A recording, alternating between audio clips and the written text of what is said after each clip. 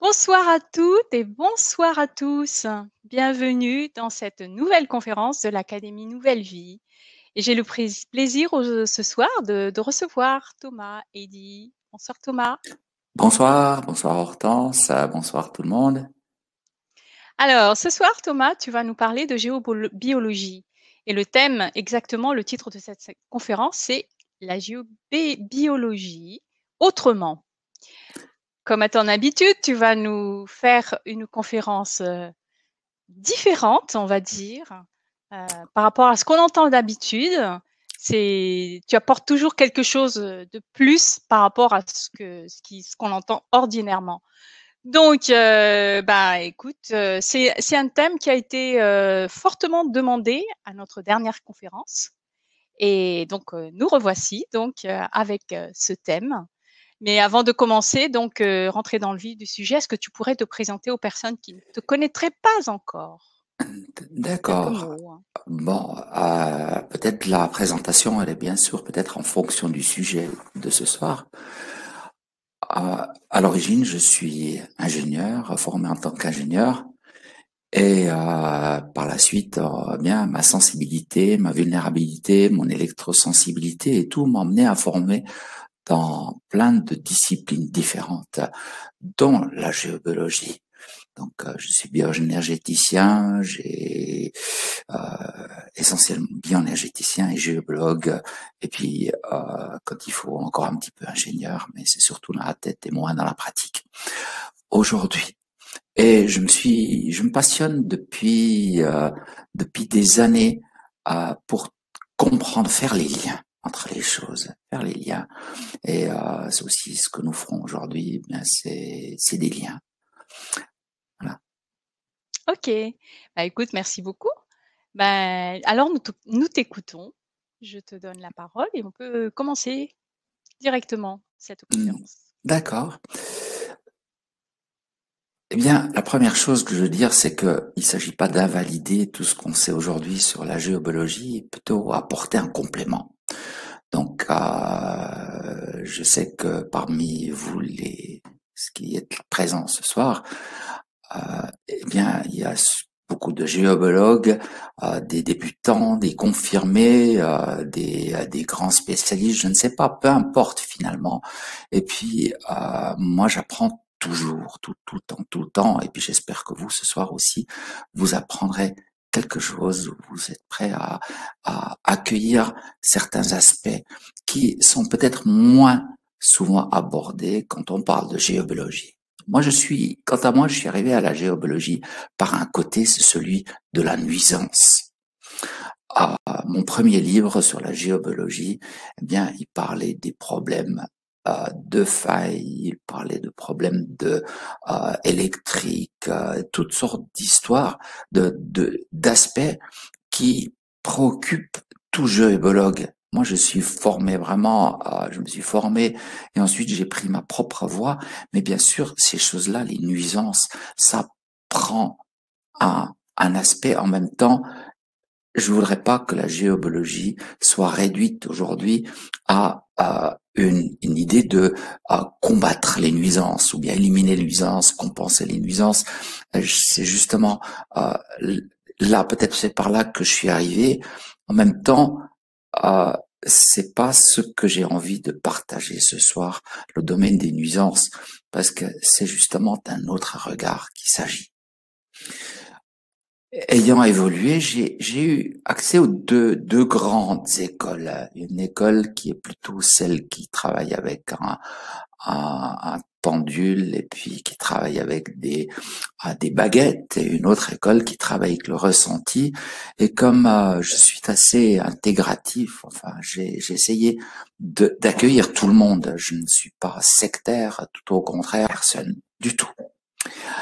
Donc, mon deuxième questionnement sur la géobiologie, quand j'ai évolué un peu, c'est un problème de taux vibratoire. Alors, peut-être je vais très vite. Après, bien sûr, j'attends des questions. C'est vraiment dans ces termes que j'utilise, qui sont quand même relativement courants. Vous avez des questions, je réponds très volontiers, mais plutôt dans la deuxième partie. Donc, j'ai parlé des nuisances, que ce soit les problèmes électriques, toutes sortes de choses. Enfin, on les appelle comme ça. Ensuite, toutes sortes de problèmes qu'on appelle des histoires d'entités, des histoires d'électricité, ainsi de suite. Quand on a un autre regard, c'est celui du taux vibratoire. Taux vibratoire, ça veut dire que le lieu a une certaine vibration. Et puis, quand on s'intéresse au taux vibratoire, on se dit, ben, tiens, il y a des lieux de haute vibration, des sites sacrés, des lieux particuliers, et puis il y a des lieux de basse vibration, des lieux des sépultures, des lieux vraiment qui tirent notre énergie en bas. Et il faudrait que l'habitat soit plutôt avec son taux vibratoire à chercher à nous faire monter en taux vibratoire plutôt qu'à tirer notre énergie en bas. Et ça, c'est une considération que je respecte tout à fait, parce que aussi je la diffuse dans ma manière de voir les choses. Et puis, après avoir beaucoup évolué, avoir beaucoup réfléchi sur toute cette histoire de géobiologie, je me suis rendu compte à un certain moment que, en fait, nous sommes des gros manipulateurs.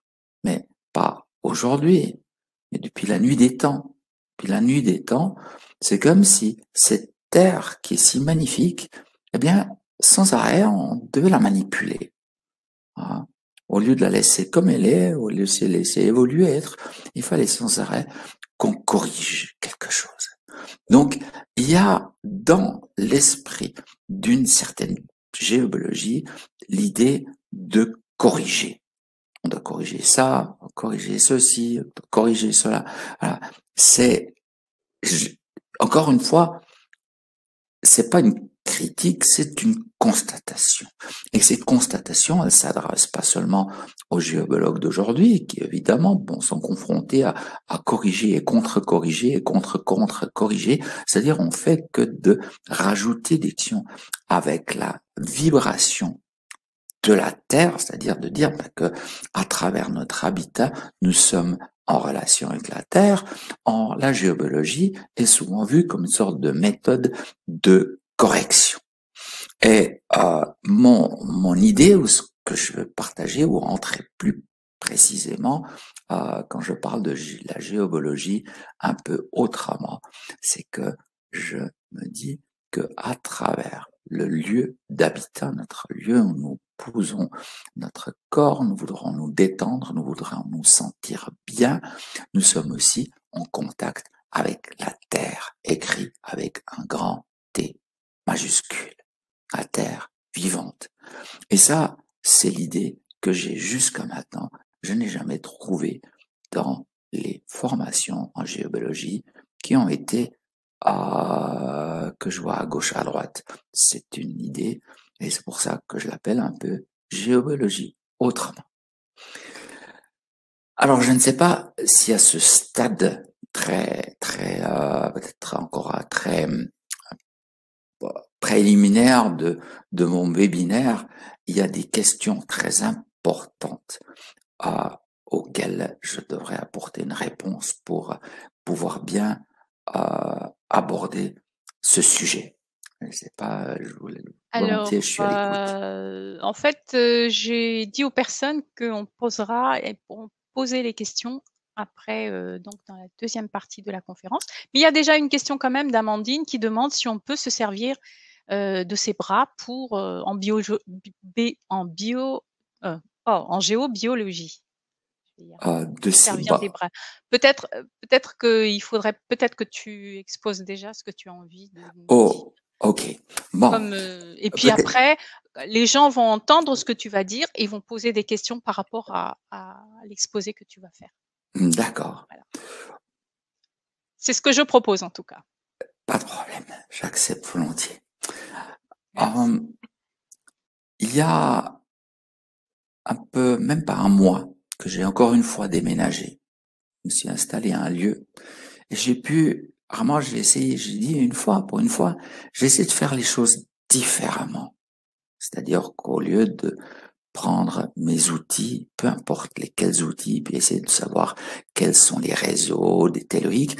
La seule chose que j'ai essayé quand même de savoir, est-ce qu'il y a une problématique comme une faille. Je dirais que les failles géologiques, c'est-à-dire dans le terrain, des fractures dans le terrain en dessous qui se reportent ensuite sur la maison. Ça, c'est peut-être la seule chose que je considère comme étant vraiment un problème majeur qu'il faut régler, parce que les fractures dans le terrain, je suis pas en train de dire qu'il faut pas regarder ce côté tellurique, mais je ne lui donne pas de l'importance au point que je suis en train de faire une cartographie, de savoir où sont les réseaux et ceci ou cela. La première chose que j'ai fait, j'ai dit, ça c'est mon lieu où je vais me poser. À travers ce lieu, je vais avoir une relation avec la terre. Et que mon questionnement, ma première démarche, je dis, comment faire pour que la terre soit présente en tant qu'énergie? Et souvent, ce que je constate, c'est qu'entre nous et la terre ou l'énergie de la terre, il y a une espèce de couche qui est faite de mental. Je ne sais pas si je peux peut-être dire le mental, c'est le monde des idées, c'est le monde des préconçus, des constructions mentales. Par exemple, que dire que la terre est malsaine, c'est une construction mentale, que la terre est polluée, c'est une construction mentale, que la terre elle est sale, comme ça a été véhiculé aussi par les religions occidentales. Tout ça, ce sont des constructions mentales. Et ces constructions mentales, on va les retrouver entre une construction, entre une maison et la terre. Donc, peut-être la première chose que j'essaye de faire, ou que j'ai essayé de faire, c'est par une voie absolument méditative d'avoir l'énergie de la terre qui vient qui me rejoint. C'est-à-dire que peut-être vous connaissez tous un endroit où vous avez l'impression que la terre est pure à cet endroit-là. Ces endroits, je ne sais pas, certains étaient des îles, ils étaient Bali, ou ils étaient dans les îles Hawaï, ou je ne sais pas quelle île du Pacifique et tout, où ils ont l'impression d'avoir vécu ou d'avoir une idée de l'énergie de la terre à l'état pur.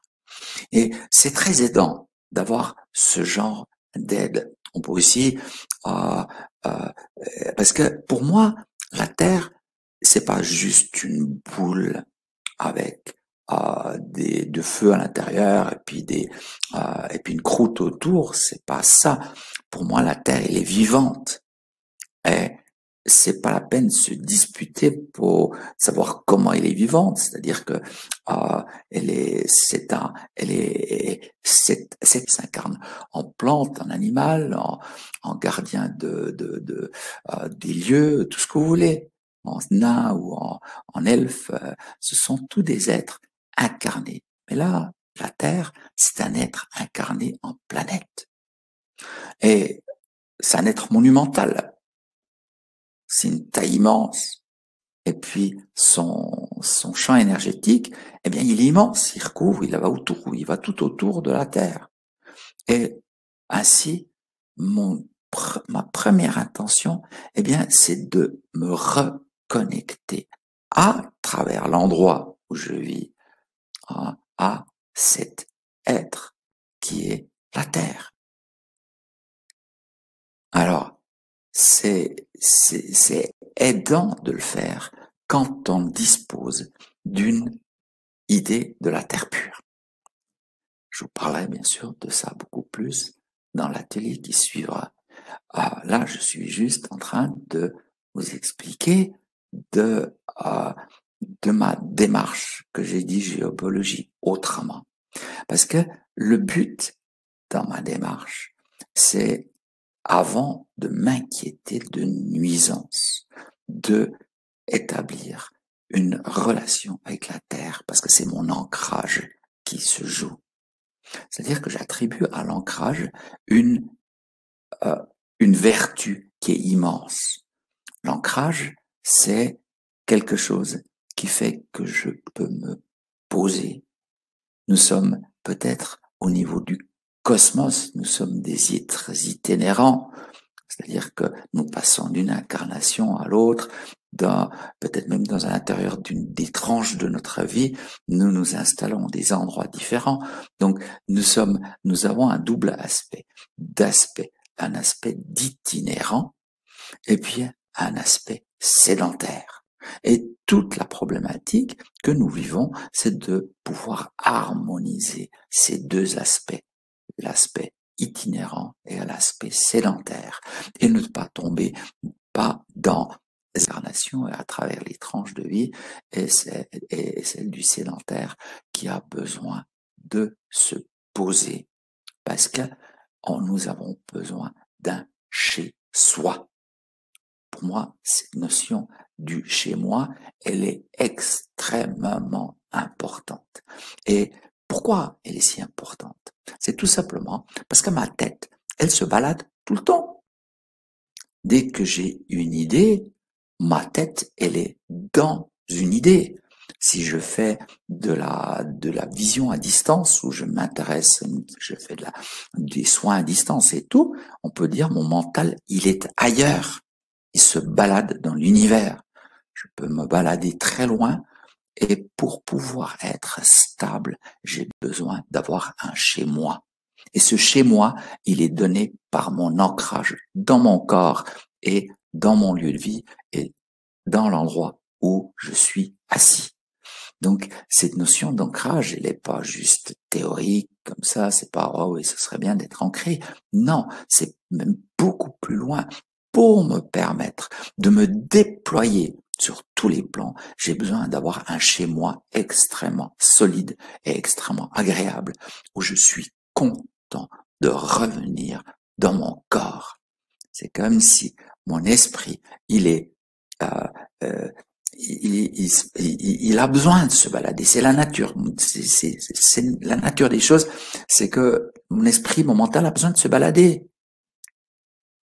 Mais ensuite, il a aussi besoin de de retrouver sa base.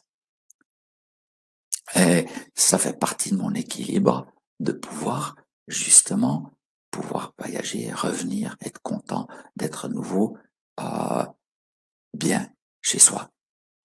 Donc, la notion d'ancrage est absolument primordiale quand il s'agit d'un chez-soi. Est-ce que votre appartement, votre maison est un lieu d'ancrage ou est-ce que vous n'avez qu'une idée, c'est de partir de là? Et voilà, ce sont des questions qui peuvent se poser et ensuite qui peuvent nous inviter, enfin, qui peuvent être les déclencheurs pour une démarche, voilà, tout ce que vous voulez. À ce stade, moi j'ai une question, qui est une question personnelle. En fait, ce que tu dis là, se sentir bien chez soi, là où on est, ce serait donc l'ancrage, ce serait d'aligner sa propre vibration, sa fréquence vibratoire avec celle du lieu où tu te trouves. Est-ce que ça correspond à ça? Ta question elle est très intéressante parce que en fait là j'ai parlé juste de l'aspect ancrage et là tu évoques la vibration. Donc on se dit toujours tiens il faudrait que tu m'amènes quasi vers le deuxième sujet, il faudrait que ce lieu puisse puisse être un lieu vibratoire. Alors j'ai une grosse théorie.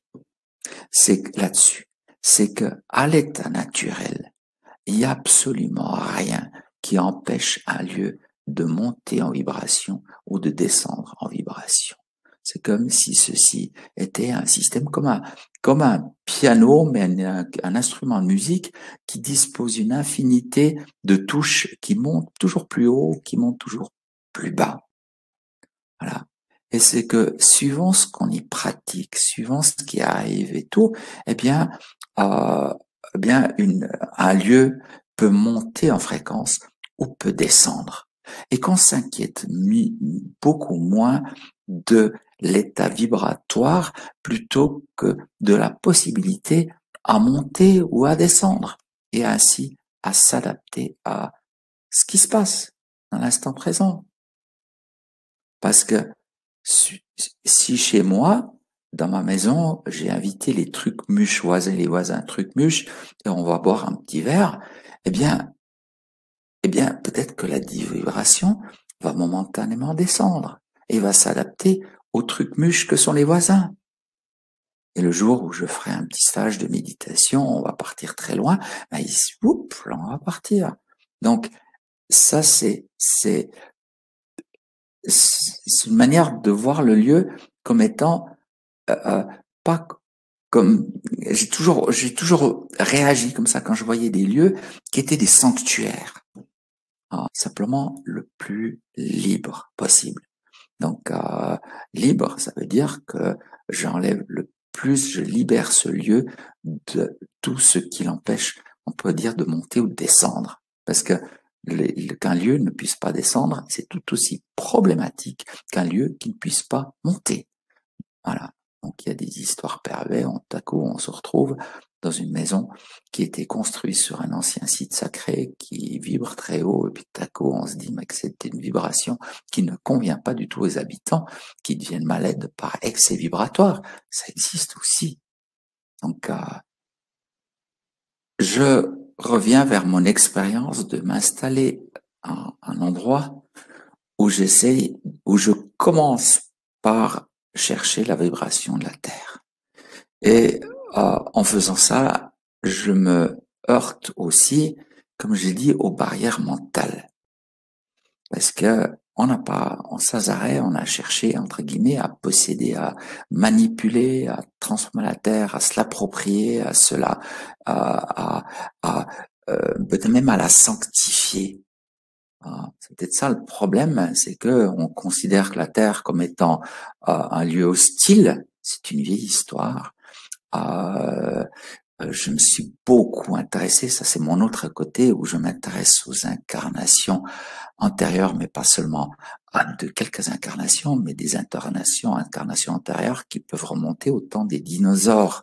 C'est-à-dire beaucoup d'entre nous ont eu des incarnations quand la Terre était complètement une espèce de certains courants, notamment le courant occidental, où il fallait absolument transformer la Terre. Alors que dans les cultures aborigènes ou amérindiennes, eh bien la terre-mère, la terre était sacrée. Les gens vont s'adresser vraiment à la terre comme étant sacrée. Donc, chez nous, pour que la terre soit entre guillemets bonne, il fallait construire quelque chose. Mais ensuite, c'est avec ça qu'on crée la première couche. Mais c'est pas seulement les églises qui ont fait ça, c'est bien avant. Les Celtes l'ont aussi fait, les Romains l'ont fait. Maintenant, je connais pas toutes les civilisations qui ont manipulé les énergies de la Terre pour, entre guillemets, améliorer les vibrations du lieu et de les rendre un peu conformes à certains systèmes de pensée. Peut-être, je voudrais pas me faire des ennemis de ceux qui sont les grands fans des lieux sacrés. Ils sont là, c'est parce que ça répond à un besoin. Ça a répondu à un besoin dans le passé de construire des sites, même si c'est une grande manipulation de la terre, parce qu'à la rigueur, la terre à l'origine, il n'y avait pas de site sacré. Et ensuite, encore aujourd'hui, on les comprend pas. Enfin, il y a beaucoup de choses qu'on ne comprend pas. On comprend petit aspect, on comprend les aspects vibratoires, on voit tout à coup des choses qui sont en place, mais il y a tellement de choses qu'on ne comprend pas parce que ça va loin dans le passé, dans des considérations sur notre relation avec la Terre. Aujourd'hui, il y a personne qui peut nous la ramener avec un manuel. Donc, on est obligé de deviner. Et en plus, on voit que parfois ces sites sacrés sont alignés avec une précision qui est tellement consternante que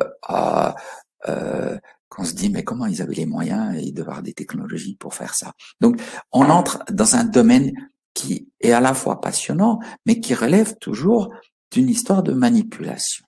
Donc, chez moi, quand je suis arrivé dans ma maison, je me suis posé la question, mais qu'est-ce que c'est-à-dire à un moment, j'ai vu qu'il fallait qu'il y a des couches.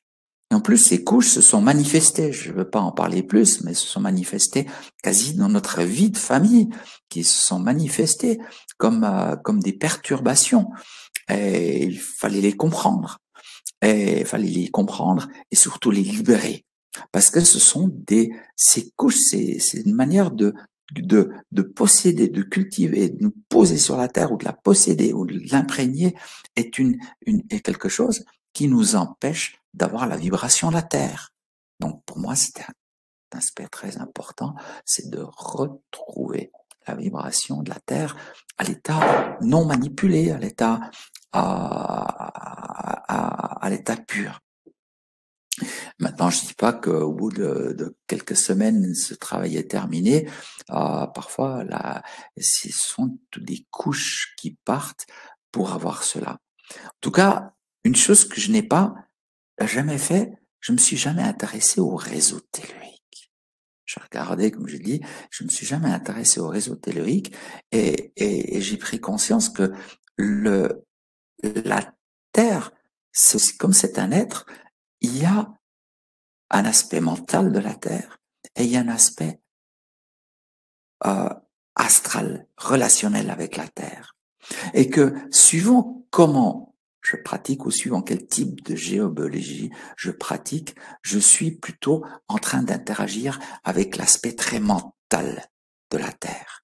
Et à ce moment-là, avec ma tête, j'essaye de comprendre, puis là, il y a telle ligne, puis ça se passe comme ça et tout, et je suis dans la couche mentale.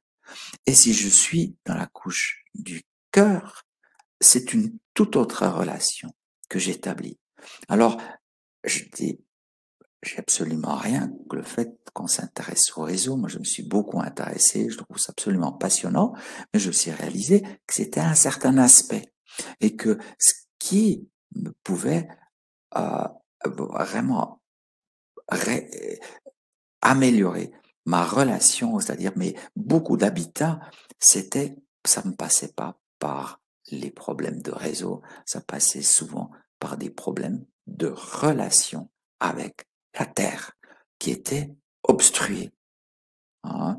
À la rigueur, ça se passe la même chose chez beaucoup de personnes qui n'arrivent pas à accéder à leur cœur, tout simplement parce qu'il y a trop de blablabla à l'intérieur. C'est le mental qui obstrue, tout simplement obstrué par des histoires mentales. Ça sonne très... Oui. Voilà. C'est marrant parce qu'en fait, c'est comme tu disais au début, c'est vraiment une autre manière d'aborder, la géobiologie autrement. C'est vraiment le titre de cette conférence. En fait, de ce que je comprends, de ce que tu dis, on a l'impression qu'on va c'est c'est une relation un peu d'être à être, d'une conscience à une autre conscience qu'on fait avec la terre, nous et la terre. Je suis 100% d'accord. Parce que comme tu disais au début, en fait, on considère la terre comme étant, finalement un être vivant, un être, conscient en fait. Pas seulement de la matière, inerte, mais avec heu, la terre a une conscience en fait. La planète a une conscience déjà et on peut considérer ça aussi en étant en prendre heu, cette hypothèse qui n'en est pas une. Pour moi, elle est vraie, hein, de toute façon. La prendre comme telle lorsqu'on va dans un lieu de vie. On peut s'adapter en fait, cette en dans cette relation. C'est une relation qu'on a avec la terre comme si c'était une amie, une personne consciente en fait, un être conscient. Totalement d'accord. Je le vois même d'une manière très très bilatérale, bilatérale que moi j'établis cette relation avec la Terre et et la Terre m'accepte profondément comme un habitant, comme faisant partie de la Terre. C'est-à-dire que dans cette incarnation, je ne suis pas sur Terre, je fais partie de la Terre. C'est une subtilité. Et ainsi, il y a comme une sorte de euh, relation intime. Je sais pas si c'est difficile à exprimer avec des mots. C'est quelque chose qui s'exprime. C'est comme si la terre prenait soin de moi comme moi je prends soin d'elle. Et une, protection, c'est peut-être pas le bon mot, mais c'est quelque chose de bienveillant, mutuellement, et que je peux sentir, ressentir. C'est peut-être pour ça qu'on parle de la terre-mère. Oui, ben, maintenant, je sais pas s'il y a beaucoup de cultures qui donnent, qui appellent la terre avec au masculin, en tout cas, c'est toujours féminin, oui, dans celle que je Oui, connais. la, la terre-mère, Gaïa. Ok, d'accord. Alors, géologie, pas seulement sur le plan, j'allais dire physique, c'est-à-dire parler de réseaux telluriques, etc. C'est vraiment autrement, on considère, et j'aime cette façon de faire d'ailleurs, c'est-à-dire de s'adapter l'une l'autre, la Terre, comme soi-même, en tant que lieu d'habitat, à l'endroit où on se trouve, on s'adapte l'une à l'autre finalement. On se connecte en fait. Et c'est d'ailleurs le titre que tu as donné à ton atelier, c'est reconnecter à son lieu de vie. Alors reconnecter son lieu de vie à la Terre. Donc, alors en attendant, Marlene dit c'est très chamanique comme vision en fait. Parce que Ah, c'est du moment que je considère la terre comme un être vivant, c'est forcément, on dirait, soit animiste ou chamanique, évidemment. Ça veut maintenant, c'est toujours un peu difficile, le terme chamanique, là, compliqué aujourd'hui. C'est peut-être beaucoup d'entre nous avons des expériences du présent ou même dans les vies incarnées, d'autres incarnations de, de chaman, d'une sorte de manière de voir les choses comme étant mues par un monde d'esprit.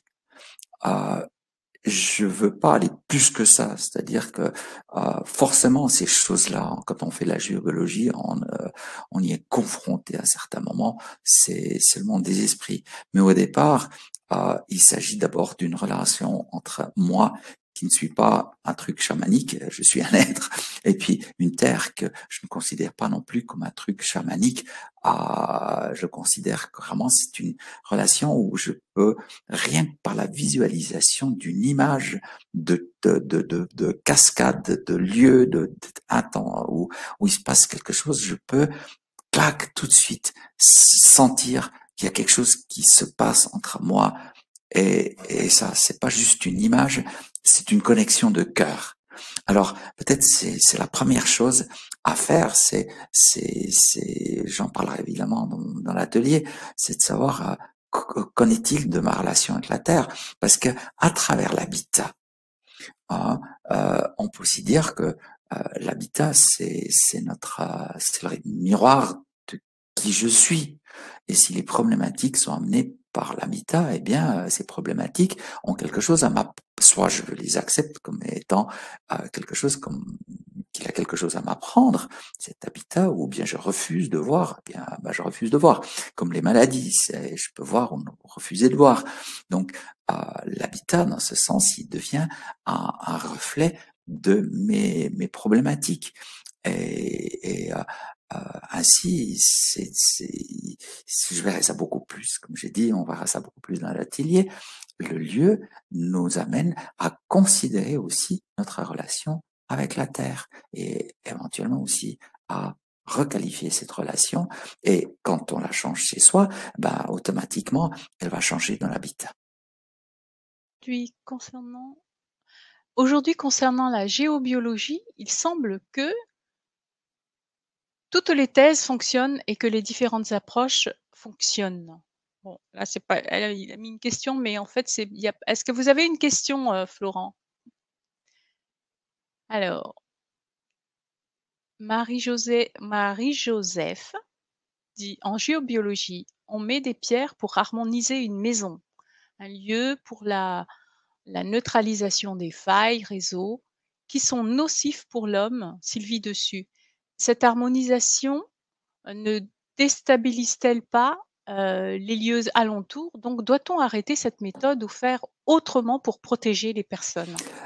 Tu en as parlé un peu au début. Oui, j'ai abordé cette manière de voir les choses par le biais de la nuisance. Parce que moi, je viens de cet endroit-là. Je aussi, toutes mes toutes premières relations avec les géologues, c'est d'avoir fait venir quelqu'un qui a posé des pierres et puis qui a dit, bah voilà, ces pierres harmonisent le lieu ou mis des choses. Et puis, ma première tranche de vie, c'était un désastre géobiologique, entre autres. J'ai l'impression que cette histoire n'a pas fonctionné pour moi. Et quelque part, les lieux que j'ai eus m'ont enseigné, quelque part, ils m'ont dit, mais apprends plus loin, c'est pas comme ça que ça marche. Maintenant, j'essaye de pas être sectaire. J'essaye, hein, vraiment, de dire que toutes les approches, eh bien, elles sont respectables parce qu'elles sont basées sur une observation, sur une recherche, et que pour certains, ben, ils trouveront leur bonheur en faisant une chose plutôt qu'une autre. Ça aussi, je respecte. Je ne suis pas la science infuse, et encore une fois, nous sommes la planète avec une biodiversité qui est tellement incroyable. Comment veut-on avoir une seule méthode qui prétend être la bonne? C'est que comme il n'y a pas qu'une seule médecine, une seule religion, une seule spiritualité, eh bien, il n'y a pas qu'une seule géobiologie. Tout est On est dans la diversité et j'ai l'impression que je trouve que c'est extrêmement important de respecter cette diversité des approches et c'est plutôt à chacun de se considérer, de considérer de comment il voit la géobiologie ou quels sont les problèmes. En général, quand je vois voir les personnes pour leurs problèmes sur leur lieu, je parle de leur, entre guillemets, de ce qu'ils vivent, des symptômes plutôt que de leur imposer, voilà, maintenant il faut d'abord faire ça, puis il faut faire ça, puis il faut faire ça. Pas du tout ça. Je pars de là. Ah, je connais bien sûr les méthodes de correction par des pierres. Ça m'est aussi arrivé, ou ça m'arrive de le faire parce que c'est la solution qui est la meilleure chose. C'est de mettre une pierre.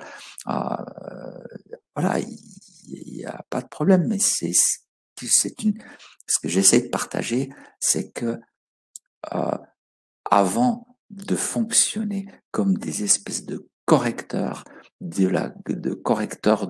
parce qu'on corrige des nuisances, j'essaye d'amener autre chose et de plus fonctionner dans un monde de nuisances, mais fonctionner dans un monde où nous cherchons à travers notre habitat à avoir une énergie, une relation saine avec la terre.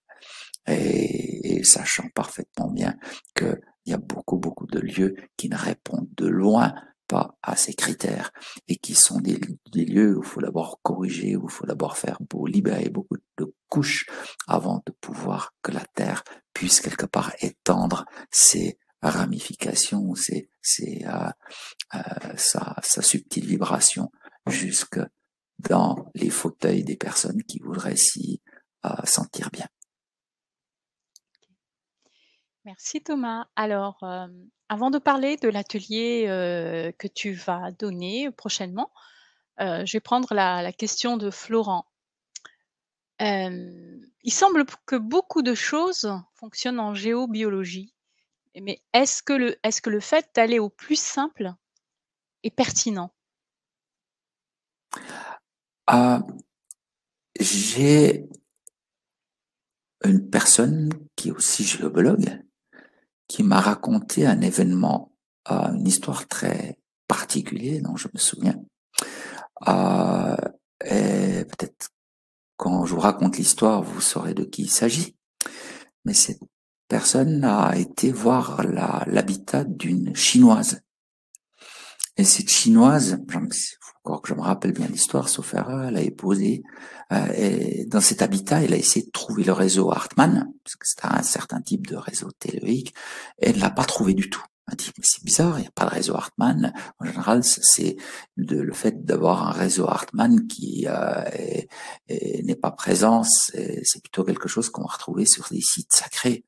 Donc, elle était très surprise. Puis, elle a demandé à la personne si elle avait fait quelque chose de particulier, et puis lui a montré qu'en fait, elle avait posé 4 pièces, je crois que c'est des pièces en or, dans les 4 coins de sa maison, et puis que le fait de faire ça a, a sorti ou désactivé le réseau Hartmann.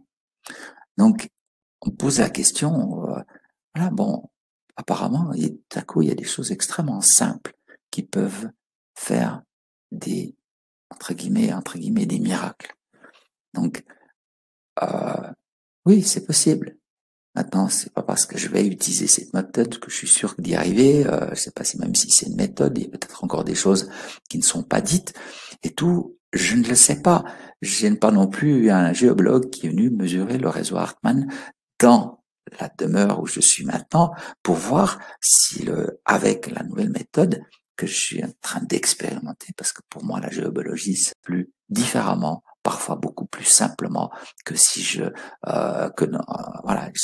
Moi j'ai l'impression qu'aujourd'hui, grâce à certaines approches que j'ai développées, je fais les choses plus simplement. Je suis beaucoup moins dans une attitude de de de confrontation avec les problématiques géologiques. Je suis juste en train d'essayer de trouver la méthode la plus rapide, la plus simple et tout, pour qu'un lieu devienne plus agréable. Je ne sais pas si cette J'ai presque réponse... oh oui, enfin, en tout cas pour moi, c'était très clair ce que tu dis, et d'autant plus, j'ai envie de rajouter que c'est pas parce que c'est simple que ce n'est pas efficace non plus.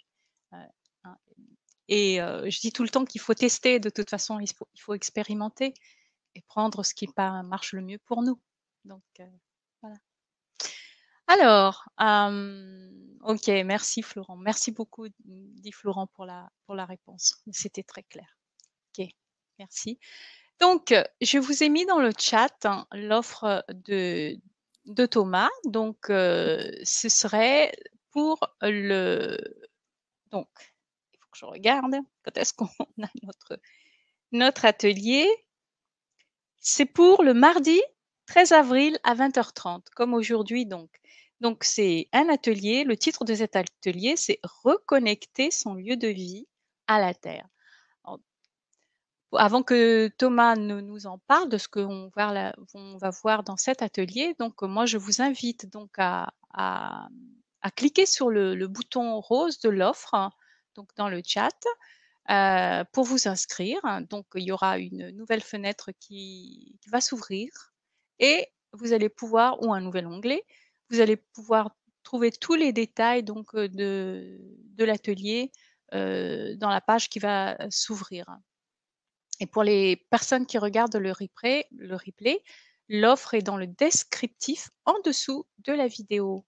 Et si vous regardez la chaîne YouTube de l'Académie, ben, l'offre est visible en cliquant sur un lien qui sera aussi dans le descriptif sous la vidéo. Vous pouvez vous inscrire à tout moment donc, à cet atelier. Voilà. Donc, Thomas, est-ce que tu peux nous dire ce qu'on va trouver, ce que tu vas nous proposer en concret dans cet atelier? En fait, dans cet atelier, je vais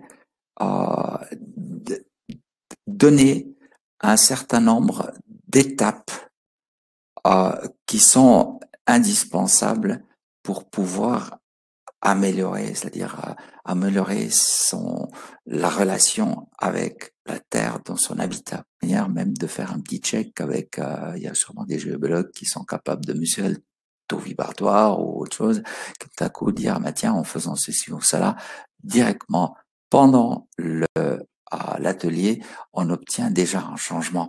J'ai pas encore exactement la structure de ce que je vais faire dans une semaine dans la tête, mais ça viendra. Donc, c'est interactif, c'est-à-dire ce que je vous propose, c'est des choses que vous pourrez pratiquer, que vous pourrez mettre en route. C'est très pratique. C'est vraiment en complément à tout ce que vous aurez déjà vu en géobiologie, que je suis pas en train d'invalider du tout, c'est juste un complément. Puis de toute façon, chaque fois qu'on a un complément, tiens, ça marche bien aussi, donc je vais faire un peu différemment, ça va influencer, même pour des personnes qui sont des géobiologues confirmés, ça va peut-être encore modifier leur manière de voir, de capter les choses, d'aborder un lieu. Pourquoi pas? Euh, voilà. Mais il n'est pas absolument pas nécessaire d'être géobiologue. C'est vraiment quelque chose pour pour euh, pour toute personne qui est sensible à cette question ou même qui a besoin de savoir que son lieu d'habitat soit un lieu où elle peut se régénérer et où, comme je dis, c'est notre demeure, c'est l'endroit à partir duquel nous explorons la vie. Ça, c'est l'habitat et toutes les personnes qui sont sensibles à cette définition, eh bien, je les invite à m'écouter pour la suite. Ce sera le mardi 13 avril à 20h30 et comme c'est indiqué, hein, dans la page que vous verrez, là où il y a tous les détails de l'offre d'atelier, c'est une méthode qui est accessible sans connaissance préalable en géobiologie. Voilà, et elle peut constituer un outil complémentaire aussi du géologue. Voilà. Ok, alors j'ai d'autres questions, notamment de Roselyne. Est-ce que le but de toujours de la biologie n'est pas de chercher une relation avec la Terre par le biais de notre habitat? Est-ce que ton approche est le fait d'y ajouter le cœur? Est-ce tu veux que je répète la question? J'ai entendu la question. D'accord. Dans des lieux très particuliers, très telluriques ou autres, pour m'imbiber de tous les aspects de la Terre, mais jamais dans l'histoire de relation avec la Terre dans cette grande forme, c'est-à-dire sous cette forme vivante. Ça non, je l'ai jamais entendu.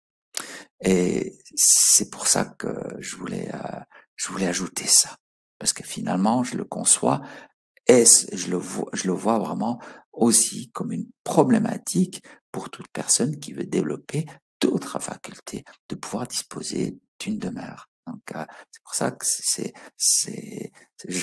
pour moi, c'est un thème extrêmement important. Je ne sais pas Alors, si ça répond à la question. J'espère que oui. Il y a Jean qui dit: «Il est impossible de faire de la biologie si on n'a pas de ressenti ou de magnétisme». Est-ce que c'est vrai? Ça, c'est des questions délicates. Parce que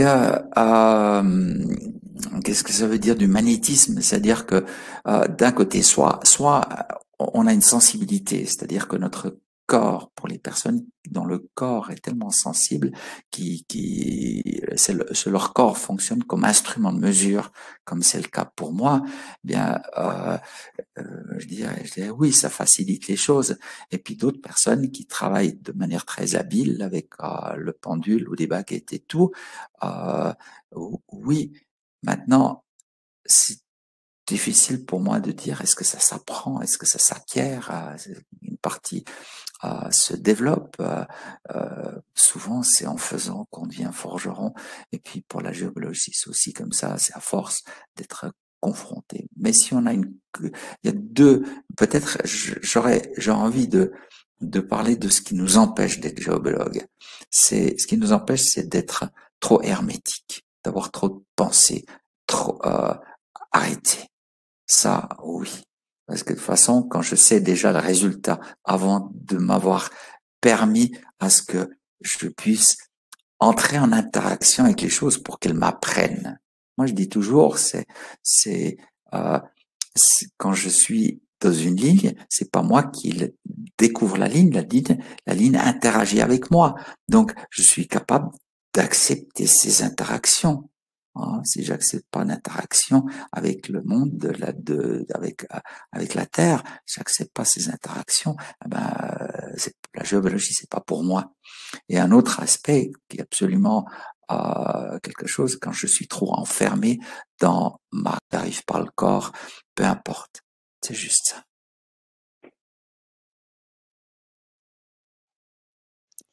Merci Thomas.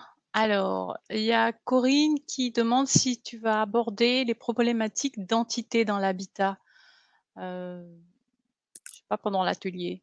Euh, oui, je vais les apporter, mais plutôt marginalement, parce que c'est vrai, c'est une nuisance. Comme je vais marginalement mentionner d'autres nuisances pour essayer de les mettre à leur place, hein, de savoir quel est le rôle de tout ça là-dedans.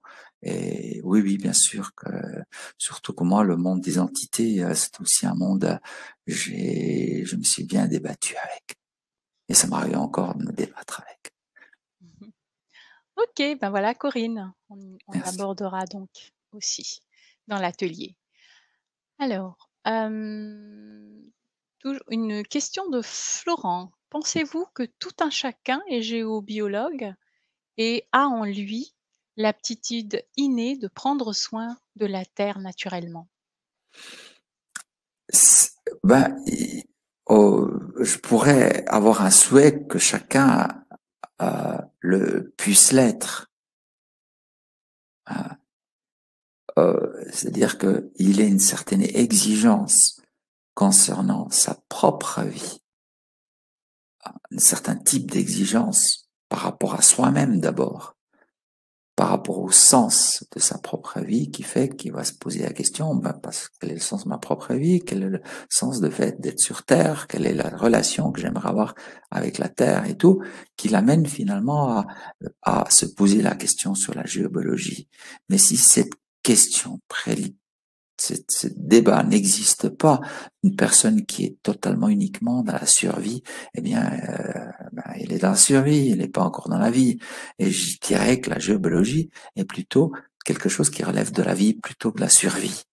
Donc, pour une personne qui aimerait aller vers la vie, elle sera préoccupée par ça. Quand on est trop dans la survie, je pense que c'est d'abord, on est dans la survie. Ok, merci beaucoup. Bien, est-ce que vous avez encore des questions? Bon, je vous rappelle que donc l'atelier de Thomas sera pour le mardi 13 avril à 20h30. Vous recevrez donc pour les personnes qui nous rejoindront. Je vous invite vraiment à venir si cela vous intéresse. C'est pour donc mardi 20h30, c'est ce que j'ai dit. Vous recevrez donc un lien pour vous connecter à la salle exactement comme aujourd'hui, comme vous avez fait aujourd'hui, donc pendant l'atelier. Et donc, vous pouvez cliquer sur le bouton rose dans le chat pour avoir tous les détails de l'offre. Pour les personnes qui regardent le replay, c'est en dessous de la vidéo. Et si vous êtes sur la chaîne YouTube, eh bien, dans le descriptif, vous aurez un pour trouver un moyen de vous former. Là, pour l'atelier, ce n'est pas le cas. Tu vas nous donner en fait des outils. Euh, Oui, c'est pour cet vraiment atelier, des clés. Oui, c'est pas du tout ma prétention de former en tout cas oui, dans un atelier d'une soirée de former quelqu'un à la géobiologie, c'est beaucoup plus vaste. Euh, c'est surtout le fait de partager quelques quelques procédures, des méthodes et tout qui permettent à une personne, qu'elle soit géobiologue, elle ne le soit pas, de faire quelque chose de très quelque spécifique chose. qui va impacter sur son lieu de vie. Voilà. Voilà. Maintenant, D'ailleurs, j'en profite pour répondre à Jus tout à l'heure qui demandait s'il y a plusieurs niveaux. Non, il y aura un atelier et où donc Thomas va nous partager donc notamment des méthodes, des outils pour se reconnecter à son au lieu de vie de votre habitat. Voilà, à votre lieu de vie en fait. Voilà. Ok, Florent, bienvenue Florent qui va.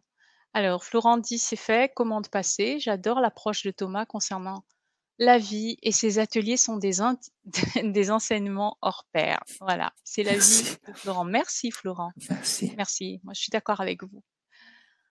OK, alors est-ce que vous avez encore, oui, Anne-Sophie dit: «Merci, c'est très intéressant».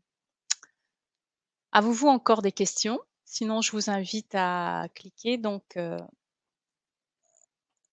sur le petit bouton rose, dans le chat pour avoir tous les détails concernant l'atelier. Donc je vous lis d'ailleurs, hein, dans cet atelier, Thomas vous apprendra une méthode toute nouvelle et simple qui permet de reconnecter une maison à la terre.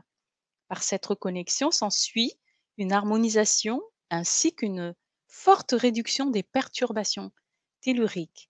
La méthode est accessible sans connaissance préalable en géobiologie et elle peut constituer un outil complémentaire du géobiologue. Voilà, en ce qui concerne l'atelier de mardi. Et Roselyne dit: «Je confirme Florent, à propos de tes ateliers». Super. Marie-Claude, merci pour cette approche de la géobiologie très passionnante. Eh bien, venez avec nous, Marie-Claude, pour en savoir encore plus. Voilà, voilà. Bon, alors avez-vous encore des questions? Apparemment, c'est clair, hein. On a bien capté comment est ton approche, hein, par rapport à la géobiologie, en tout cas de ce que tu vas nous présenter, heu, dans l'atelier. Donc, cette géobiologie, je vais y arriver, géobiologie autrement. Voilà. France demande si c'est possible pour un appartement. Ah oui, je pense. Absolument. Absolument. Euh, c'est peut-être bien, peut-être que grâce à ça, il y a peut-être tout l'appartement qui a tout l'immeuble qui va bénéficier, Qui va bénéficier. forcément plus simple. Euh, je dirais toujours que c'est la personne qui fait la démarche consciente qui prime sur les autres. Ça, c'est important. OK. Merci beaucoup. Très bien. Alors, avez-vous encore d'autres questions concernant cette géobiologie autrement? J'ai tendance à dire bio d'abord avant de géo. Merci Thomas, ça donne envie d'aller plus loin. Eh bien, venez Caro. Super. Et je vous assure que les ateliers de Thomas, comme dit Roselyne et Florent, d'ailleurs, les ateliers de Thomas sont vraiment on est dans le pratique, hein, dans le concret. Voilà. Corinne dit l'harmonisation donc de son taux vibratoire au lieu vibratoire. C'était ma question au départ, donc tu y avais répondu d'ailleurs.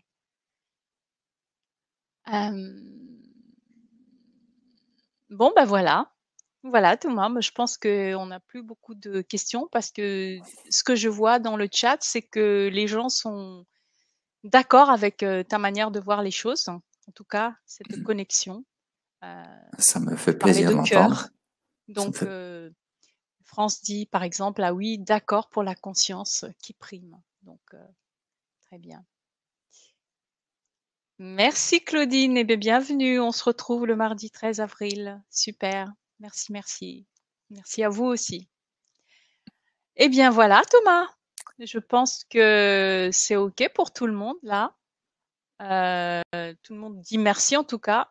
Quelques personnes qui sont inscrites. Merci pour le partage, dit Laurent. Donc, ben moi aussi, je te remercie. Ça donne vraiment envie d'y aller, effectivement, de voir comment ça se passe, cette relation cette reconnexion à la terre, de la terre à notre lieu de vie. Donc, merci aux personnes qui ont assisté en direct à cette conférence et pour les personnes qui vont regarder également le replay. Et merci à toi, Thomas.